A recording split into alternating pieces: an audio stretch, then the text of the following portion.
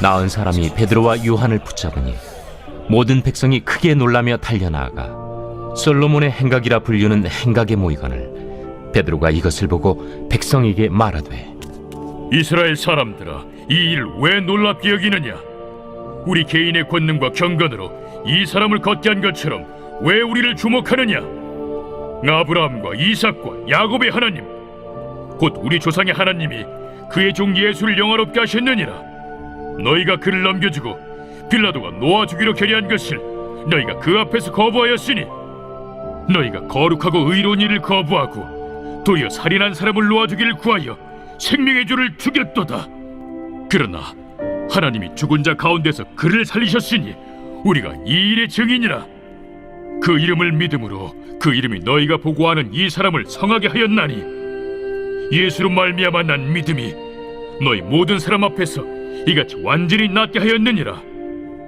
형제들아, 너희가 알지 못하여서 그리하였으며 너희 관리들도 그리한 줄 아노라. 그러나 하나님이 모든 선지자의 입을 통하여 자기의 그리스도께서 고난받으실 일을 미리 알게 하신 것을 이와 같이 이루셨느니라. 그러므로 너희가 회개하고 돌이켜 너희 죄 없이 함을 받으라. 이같이 하면 새롭게 되는 날이 주 앞으로부터 이를 것이요, 또 주께서 너희를 위하여 예정하신 그리스도 곧 예수를 보내시리니, 하나님이 영원 전부터 거룩한 선지자들의 입을 통하여 말씀하신 바 만물을 회복하실 때까지는 하늘이 마땅히 그를 받아두리라. 모세가 말하되 주 하나님이 너희를 위하여 너희 형제 가운데서 나 같은 선지자 하나를 세울 것이니 너희가 무엇이든지 그의 모든 말을 들을 것이라.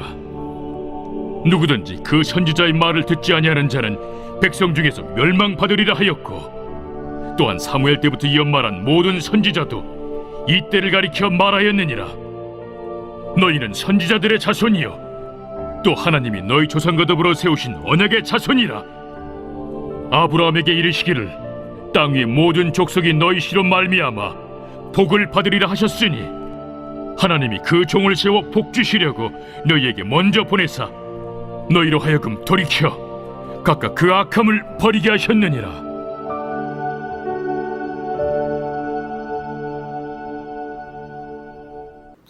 여러분 반갑습니다. 오늘도 귀토로 여는 기막힌 하루입니다. 본말씀 사도행전 3장 11절부터 26절의 말씀입니다. 자, 오늘도 사도 베드로와 요한이 담대하게 외치는 복음을 우리가 듣게 됩니다. 오늘 이 말씀을 통해서 우리에게 주시는 성령의 음성에 우리가 함께 귀를 기울이시기 바랍니다. 먼저 첫 번째로, 하나님은 오픈하는 자를 기뻐하십니다. 자, 오늘 11절의 말씀에 나은 사람이 베드로와 요한을 붙잡으니 모든 사람이 크게 놀라며 달려나아가 솔로몬의 행각이라 불리우는 행각에 모이거늘 그랬습니다. 자, 어제 큐티 말씀에서 사도들에 의해 걷지 못하던 자가 일어나는 기적을 목격한 사람들이 크게 놀랐습니다. 이 일을 계기로 사람들은 베드로와 요한 두 사도를 주목하게 되었고 그들에게 몰려들기 시작했습니다. 그런데 오늘 우리가 여기서 주목할 것은 이 두 사도가 몰려드는 무리들을 이끌고 간 곳이 바로 솔로몬 행각이라는 곳이었습니다. 자, 여기서 이 행각이라는 곳은 기둥과 지붕만 있고 벽이 없는 사방이 뚫린 건축물입니다. 그러니까 우리로 치면 정자와 같은 그런 곳이죠. 자, 오늘 이 사도들이 무리들을 데리고 행각으로 간 것은 매우 의도적인 것임에 틀림없습니다. 이렇게 행각은 사방에 오픈되고 공개된 구조이기 때문에 사도들이 메시지를 전하기 위해 최적의 장소였습니다. 또한 듣는 자들도 어느 방향에 있든지 사도들이 하는 말을 보고 들을 수 있는 최고의 장소가 이 행각이었던 것입니다. 그래서 베드로와 요한은 이 솔로몬 행각에 서서 걷지 못하는 거린에게 일어난 모든 일과 이 기적의 주체이신 예수 그리스도를 그곳에 모인 모든 사람들에게 낱낱이 드러내고 들려줄 수 있었던 것입니다. 여러분, 저는 이 복음으로 거듭난 우리 그리스도인의 삶이 바로 이 솔로몬 행각이 되어야 한다고 믿습니다. 하나님은 바로 우리가 솔로몬 행각이 되어서 우리의 삶이 투명하게 공개하고 오픈하기를 원하십니다.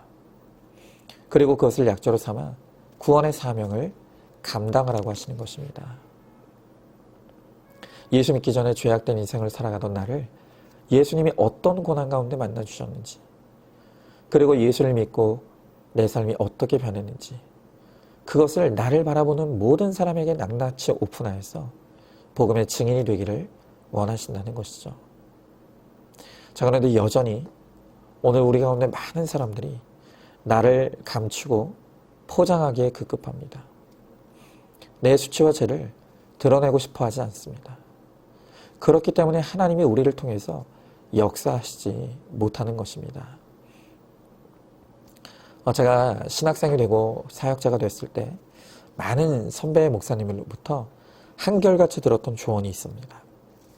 그것은 목사는 성도들에게 절대로 자기를 드러내면 안 된다는 것이었습니다. 아파도 아픈 걸 드러내면 안 되고 힘들어도 힘든 걸 드러내면 안 된다고 했습니다. 더더군다나 목사가 자기의 죄와 허물을 드러낸다는 것은 상상도 못할 일이죠. 그러면 왜 목사는 아무것도 드러내면 안 되는가? 그 이유에 대해 선배 목사님들의 대답은 덕이 안 된다는 것이었습니다. 은혜가 안 된다는 것입니다. 자, 그런데 문제는요, 목사가 자신을 드러내지 않고 꽁꽁 감추고 있으니까 성도들은 더 자신을 감추고 드러내지 않더라는 것입니다. 여러분, 저는 제가 부교역자 시절에 어느 교회에서 사역을 하든지 늘 그곳의 성도들이 자신의 진짜 모습을 드러내지 못하는 늘 교회의 한계를 목격해 왔습니다. 오히려 어떤 성도가 자신의 죄와 허물을 솔직하게 공동체 앞에 드러내면 그것이 사람들의 비난과 조롱의 대상이 되는 것도 심심치 않게 보았습니다. 저는 그런 모습을 보면서 슬펐지만 이게 지상교회의 한계구나. 어쩔 수 없는 것이라고 생각했습니다. 그런데 저의 그 한계를 깨트리고 뛰어넘게 해준 교회가 바로 우리들 교회였던 것이죠. 제가 처음 우리들 교회를 방문하게 되었을 때 담임 목사님으로부터 주일학교 어린아이들까지 자신을 가리던 포장을 다 벗어던지고 솔직하게 자신의 죄와 수치를 드러내는 모습을 보게 되었습니다. 그리고 투명하게 자신을 오픈하고 드러내요. 그 외치는 복음과 간증을 통해 너무나 많은 사람이 살아나고 또 가정이 살아나는 것을 보게 된 것입니다. 저도 마찬가지였습니다. 여러분, 바로 이것이 솔로몬 행각 같은 교회의 모습입니다. 감사하게도 이제는 어느덧 우리 교회도 제법 솔로몬 행각과 같은 그런 모습을 갖추어 가는 것 같습니다.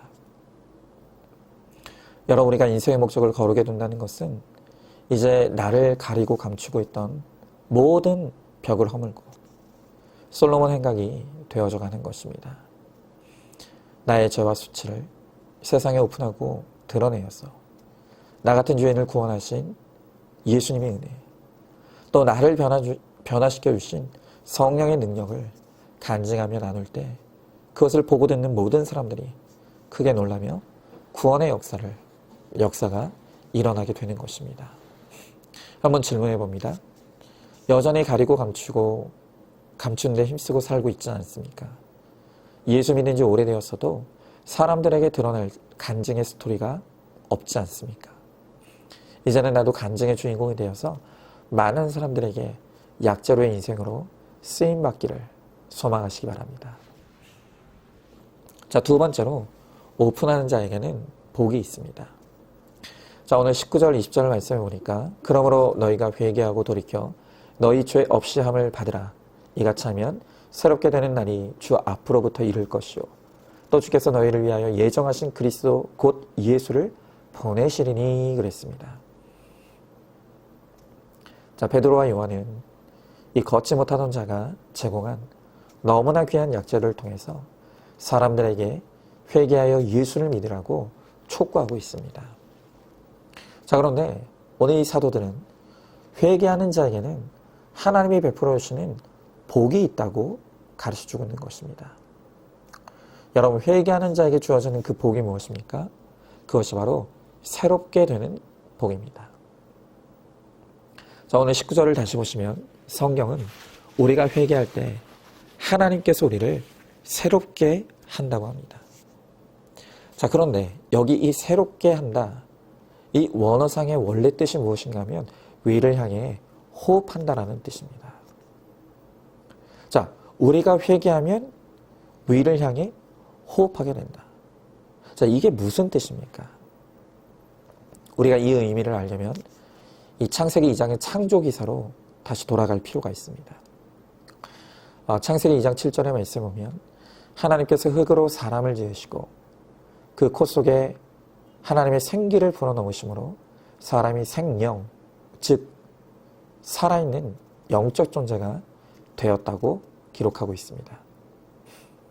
하나님께서 당신의 숨결을 인간의 코에 불어넣으시니 흙덩이에 불과하던 존재가 비로소 사람이 된 것입니다. 그런데 사람이 타락하여 죄로 말미암아 하나님과 단절을 하였을 때 이 하나님의 생기가 끊어지고 말았습니다. 그러니까 죄가 하나님과 인간의 관계를 단절시켰을 때 인간에게 공급되던 하나님의 영원하신 호흡과 생기가 단절돼 버리고 만 것입니다. 여러분, 그 이후로 인간의 영혼은 죽음 상태에 이르고 말았습니다. 그러니까 인간에게 남은 호흡은 단지 육체의 호흡일 뿐인 것입니다. 여러분, 우리가 이제 육체의 호흡만을 하고 있는데 이 호흡에 아이러니가 있습니다. 그것은 육체의 호흡은 하면 할수록 인간의 수명을 단축시킨다는 것입니다. 여러분, 그렇지 않습니까? 우리가 이 세상에 태어난 이래로 지금까지 끊임없이 숨을 쉬어왔습니다. 그런데 숨을 쉬는 딱 그만큼 우리의 수명이 줄어들고 있는 것이죠.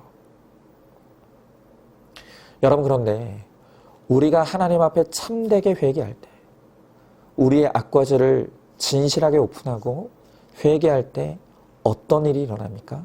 그것은 자신의 호흡만 의지하던 어리석은 삶에서 이제 예수 그리스도 안에서 위를 향해, 하나님을 향해 호흡이 터지는 것입니다.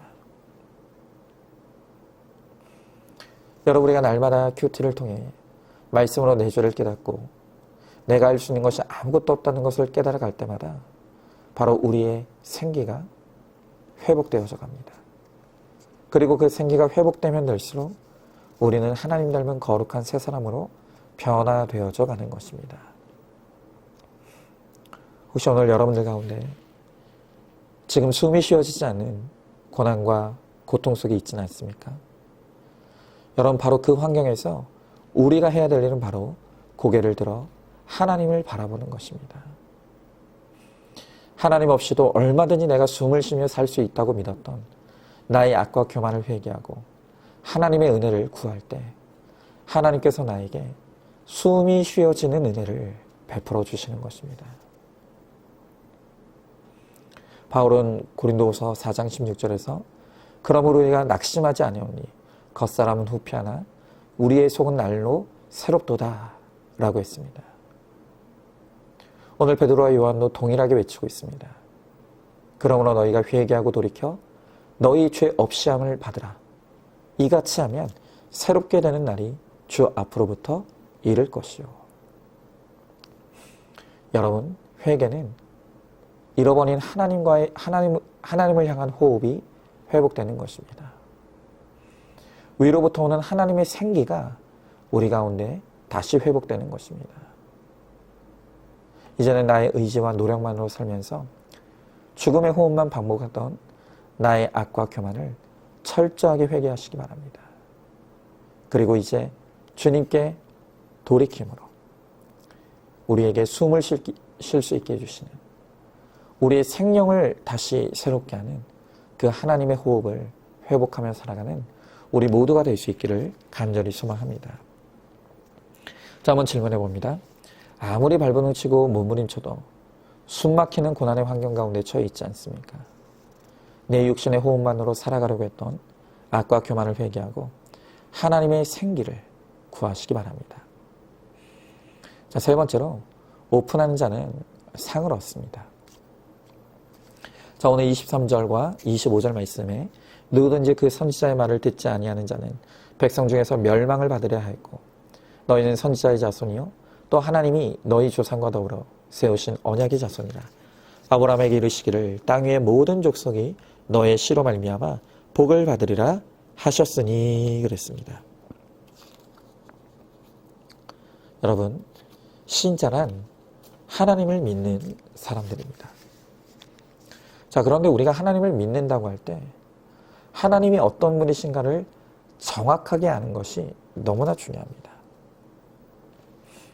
여러분, 특별히 오늘 성경이 우리에게 가르쳐주는 하나님은 어떤 하나님인가 하면 선악간에 판단하시고 심판하시는 심판자 하나님이십니다.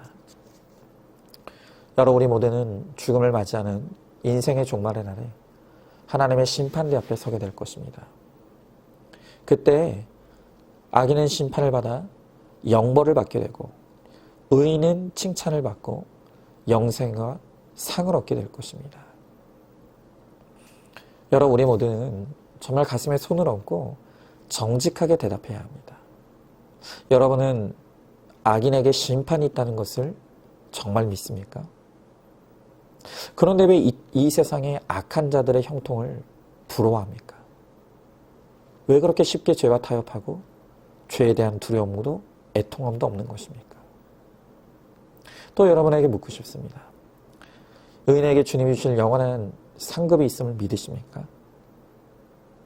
그런데 왜 남과 나를 비교하면서 열등감과 비교의식에 빠져 있습니까? 왜 끊임없이 이 땅의 것에 집착하고 욕심에 이끌려 살아가는 것입니까?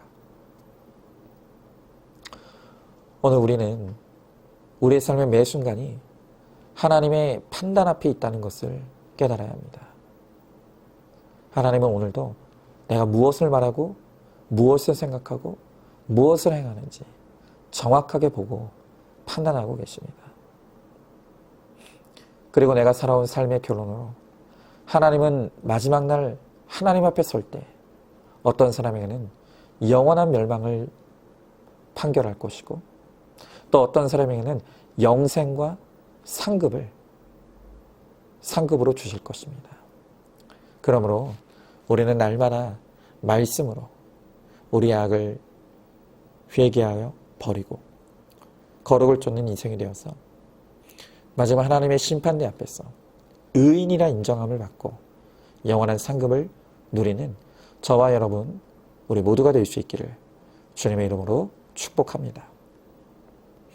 자, 한번 질문해 봅니다. 모든 것이 내 삶의 결론인 것을 믿습니까?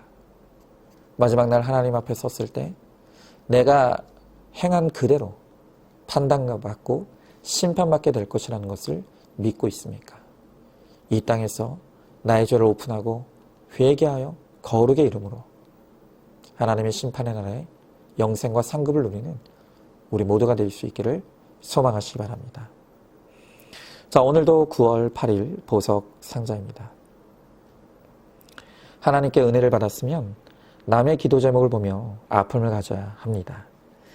지체들의 기도 제목을 읽으면서 바로 기도하십시오. 그것이 나의 비전, 사명을 발견하는 길입니다. 아멘. 우리 함께 기도하겠습니다. 주님, 오늘 주님께서 말씀을 통해 하나님은 나의 죄를 드러내고 오픈하는 자를 기뻐하신다고 하십니다. 그리고 회개하는 자에게 복이 있으며 또한 회개하는 자는 상을 얻게 된다고 오늘 주님 말씀하십니다.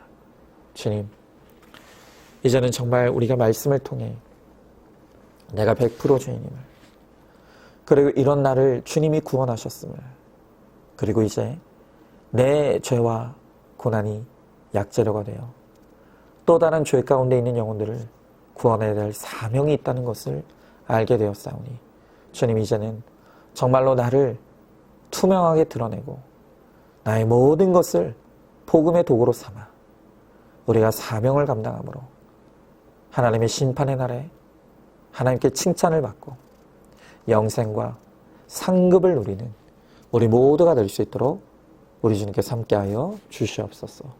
밀사하며 사랑이 많으신 우리 예수님 이름 받들어 기도드리옵나이다. 아멘. 오늘도 큐티로 기막힌 하루를 살아내는 하늘가족 공동체 우리 모든 성도님 되시기를 주님의 이름으로 축복합니다.